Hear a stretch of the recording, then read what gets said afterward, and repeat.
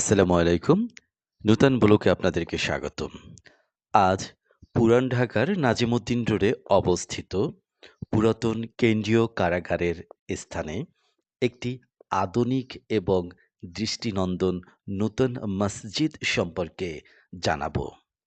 দর্শক মণ্ডলী, পুরান ঢাকা কেন্দ্রীয় কারাগার এর ইতিহাস ও ঐতিহাসিক ভবন সংরক্ষণ ও পারিপার্শ্বিক এলাকার উন্নয়ন শীর্ষক এই প্রকল্পটি একটি নান্দনিক মসজিদ দেখতে পাচ্ছেন।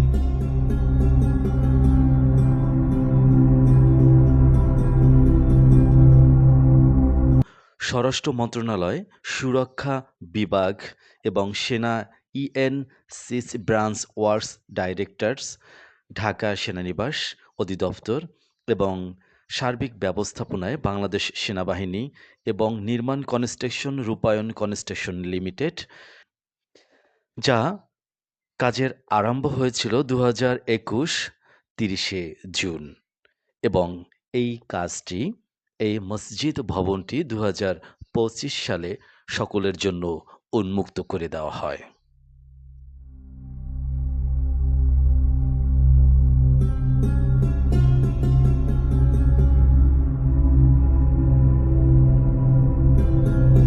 মসজিদটি পুরাতন ঢাকার ঐতিহাসিক মোগল স্থাপত্যের আদলে লাল রঙের ছোঁয়ায় নির্মিত হয়েছে।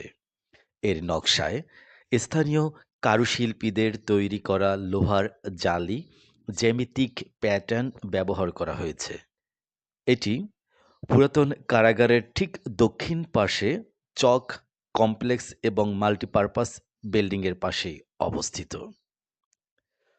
২০২৫ সালে উদ্বোধন করা হয় এই মসজিদটি।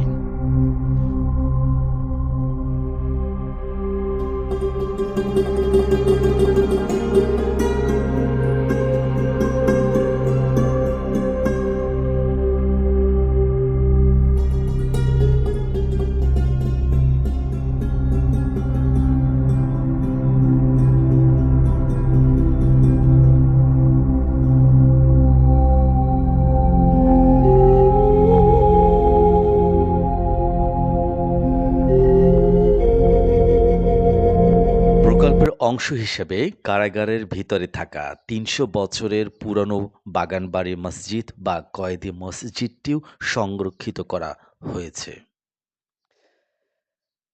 পারিপার্শ্বিক সুবিধায় মসজিদের আশেপাশের পার্ক, খেলার মাঠ, হাঁটার পথ এবং লাইব্রেরি গড়ে তোলা হয়েছে, যাতে এটি কেবল একটি ধর্মীয় স্থাপত্য নয়, বরং এটি সামাজিক মিলনস্থল।